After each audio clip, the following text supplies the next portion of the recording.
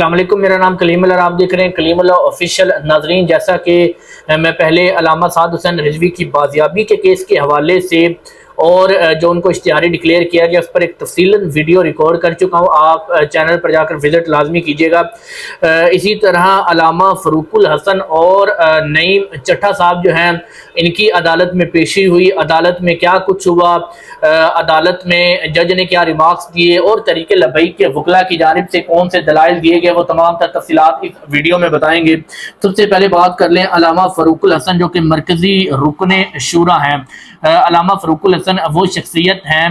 جو 13 اکتوبر کی رات ثانیہ مرید کے دن مرکزی کنٹینر کے اوپر براجمان تھے اور بار بار جو ہے وہ کارکنان کو صبر و تحمل کی بات کرتے تھے، اور ویڈیو میں دیکھا جا سکتا ہے کہ بار بار وہ کہتے تھے کہ ہم نے پولیس پر کسی قسم کا کوئی تشدد نہیں کرنا، کوئی جوابی کارروائی نہیں کرنی، اور بڑے جو ہے پرامن نظر آ رہے تھے۔ وہ مرکزی کنٹینر پر موجود تھے، ان کو تقریباً 4 سے 5 ماہ کے بعد جو ہے وہ منظر عام پر لایا گیا اور ان کو انسداد دہشت گردی کی عدالت میں پہلی دفعہ جو ہے وہ تھانہ اسلام پورہ میں جو ہے وہ پیش کیا گیا، جو ایف آئی آر نمبر 326/925 میں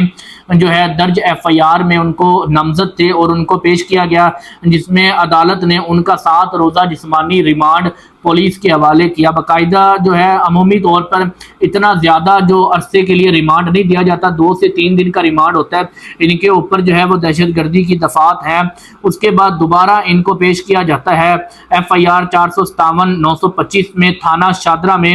جہاں دوبارہ جو ہے وہ ان کو 7 روزہ جسمانی ریمانڈ پر پولیس کے حوالے کر دیا جاتا ہے۔ ایک مرتبہ جسمانی ریمانڈ پر حوالے کیا تو جو ایک استغاثہ پولیس کی جانب سے پیش کیا جانا تھا، یا جو انویسٹیگیشن رپورٹ جس کو کہا جاتا ہے، انٹرم رپورٹ بھی کہا جاتا ہے، وہ عدالت میں پیش ہونی تھی کہ ان 7 روز میں ہم نے جسمانی ریمانڈ میں جو کچھ ان سے انویسٹیگیٹ کیا، وہ کیا کچھ انہوں نے مانا ہے، وہ تمام تر تفصیلات عدالت میں پیش کرنی تھی، لیکن وہ پیش نہیں کر سکے۔ انہوں نے دوبارہ جسمانی ریمانڈ لیا۔ اس کے بعد تیسری مرتبہ دوبارہ یہ تھانہ شادرہ کے کیس میں ایف آئی آر نمبر 458/025 جو ہے اس میں ان کو پیش کیا گیا، جس میں جج صاحبان نے دوبارہ 11 روز کا جسمانی ریمانڈ دے دیا۔ یعنی ان کو جوڈیشل نہیں کیا جا رہا۔ اگر ان کو جوڈیشل کیا جاتا، ان کو سینٹرل جیل منتقل کر دیا جاتا تو وکلاء جو ہیں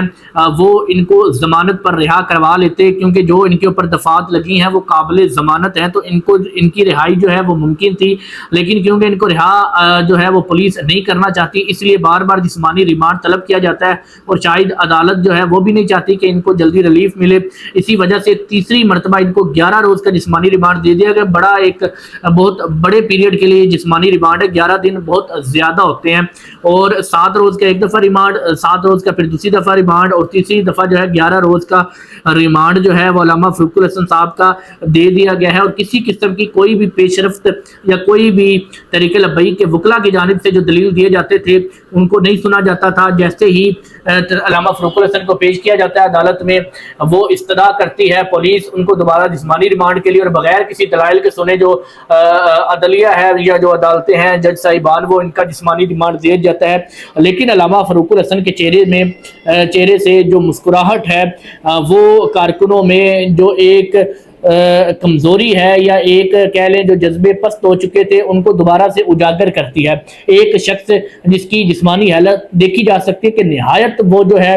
وہ کمزور ہو چکے ہیں، 7 روز کا ایک دفعہ ریمانڈ، 7 روز کا دوسری دفعہ ریمانڈ، 11 روز کا تیسری دفعہ ریمانڈ، اس کے باوجود ان کے چہرے پر جو مسکراہٹ ہے وہ ثابت کرتی ہے کہ وہ اب بھی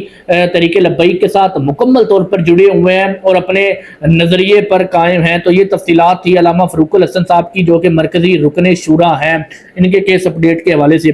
دوسری طرف نعیم چٹھا صاحب، جو کہ حافظ آباد کی جو ایک پوری پٹی ہے، جس میں کہ جو ہے وہ پنڈی پٹیاں بھی آ جاتا ہے اور بھی کئی علاقے آ جاتے ہیں، ان میں طریق لبیک کی نمائندگی کیا کرتے تھے۔ امیر تھے حافظ آباد ڈویژن کے، لیکن اس کے بعد جو ہے کئی معاملات خراب ہوئے ان کے نچلی سطح پر، جبکہ ان کو جو ہے وہ طریق لبیک نے امیر کی جو پوسٹ تھی اس سے ہٹا دیا، لیکن یہ بحیثیت کارکن کام کرتے رہے اور طریق لبیک کے ساتھ اپنی محبت اور وابستگی کا اظہار کرتے رہے۔ ان کو بھی عدالت میں پیش کیا اور ان کو تمام تر